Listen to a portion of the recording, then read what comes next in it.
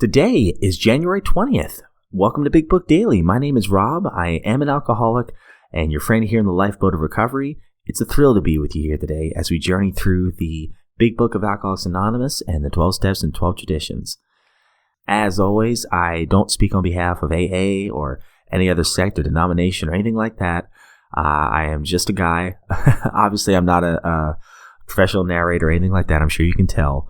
I'm just a guy who loves to read through these books, and I'm so thrilled that you're here with me. So yesterday, we journeyed through how it works and read some amazing stuff, and we finished up step 3 in the 12 and 12. So today, we're going to finish up how it works. That will be pages 68 through 71, and we'll be beginning step 4 of the 12 and 12, which will be pages 42 and 43. So with all that, let's get into the book. Page 68 of the Big Book. Halfway down. We never apologize to anyone for depending upon our Creator.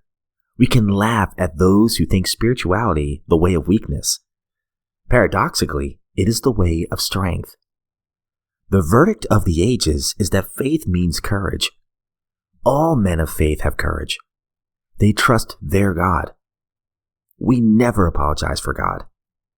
Instead, we let Him demonstrate through us what He can do.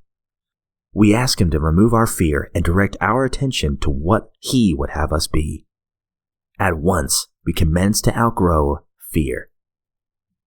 Now about sex. Many of us needed an overhauling there. But above all, we tried to be sensible on this question. It's so easy to get way off track. Here we find the human opinions running to extremes. Absurd extremes, perhaps.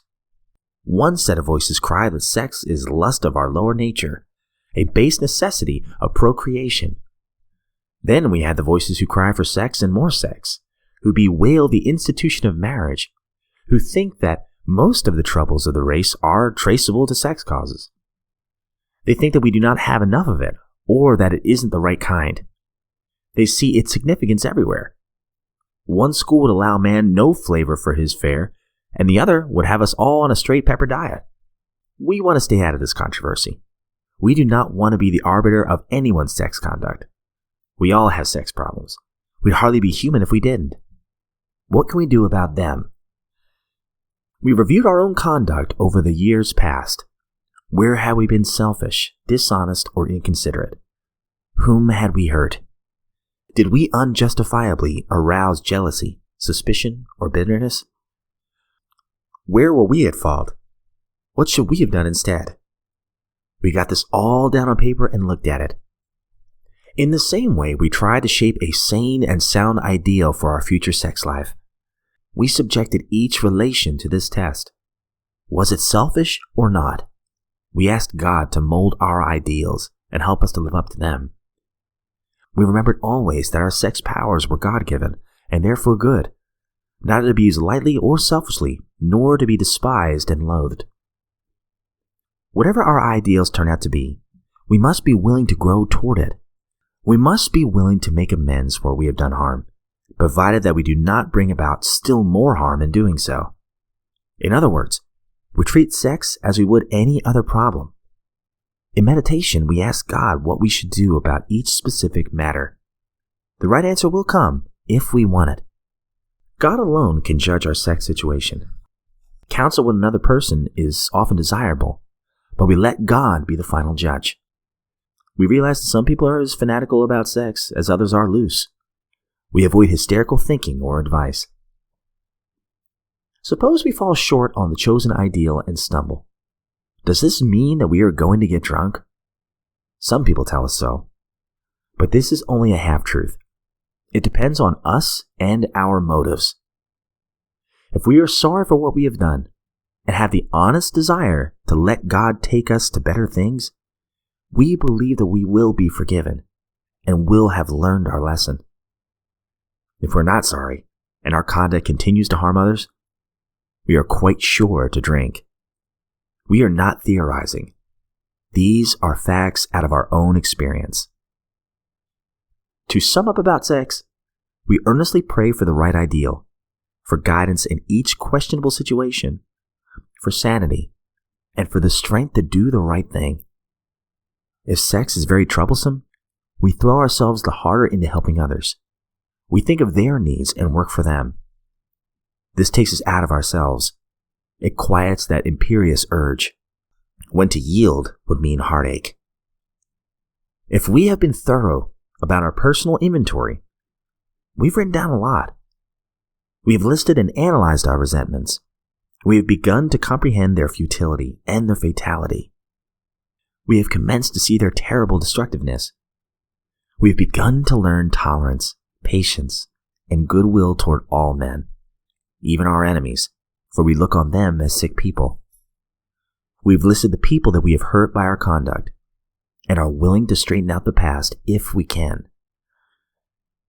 In this book, you read again and again that faith did for us what we could not do for ourselves. We hope that you're convinced now that God can remove whatever self-will has blocked you off from Him. If you have already made a decision and an inventory of your grosser handicaps, you have a good beginning.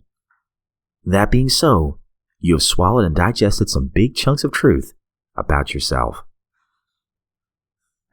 Okay, that wraps up how it works. Now we'll move on over to the 12 and 12. Step 4, page 42. Made a searching and fearless moral inventory of ourselves. Creation gave us instincts for a purpose. Without them, we wouldn't be complete human beings. If men and women didn't exert themselves to be secure in their persons, made no effort to harvest food or construct shelter, there'd be no survival. If they didn't reproduce, the earth wouldn't be populated. If there were no social instinct, if men cared nothing for the society of one another, there would be no society. So these desires for the sex relation, for the material and emotional security, for companionship, are perfectly necessary and right and surely God-given. Yet these instincts, so necessary for our existence, often far exceed their proper functions. Powerfully, blindly, many times subtly, they drive us, dominate us, and insist upon ruling our lives. Our desires for sex, for material and emotional security, and for an important place in society often tyrannize us. When thus out of joint, man's natural desires cause him great trouble. Practically all the trouble there is. No human being, however good, is exempt from these troubles. Nearly every serious emotional problem can be seen as a case of misdirected instinct. When that happens, our great natural assets, the instincts, have turned into physical and mental liabilities.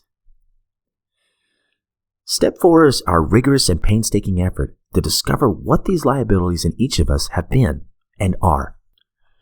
What we want to find exactly how, when, and where our natural desires have warped us.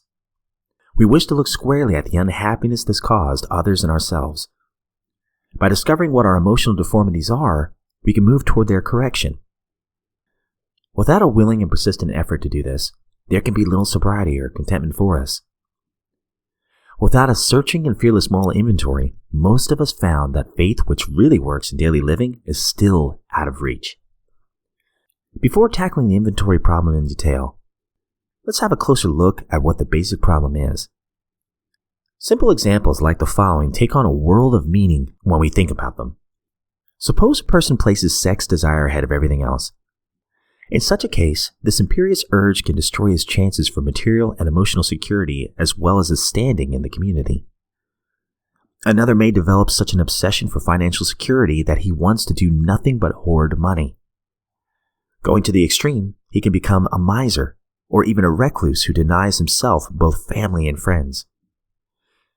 Nor is this quest for security always expressed in terms of money. How frequently we see a frightened human being determined to depend completely upon a stronger person for guidance and protection. This weak one, failing to meet life's responsibilities with his own resources, never grows up. Disillusionment and helplessness are his lot. In time, all of his protectors either flee or die, and he is once more left alone and afraid. We've also seen men and women who go power mad, who devote themselves to attempting to rule their fellows. These people often throw to the winds every chance for legitimate security and a happy family life.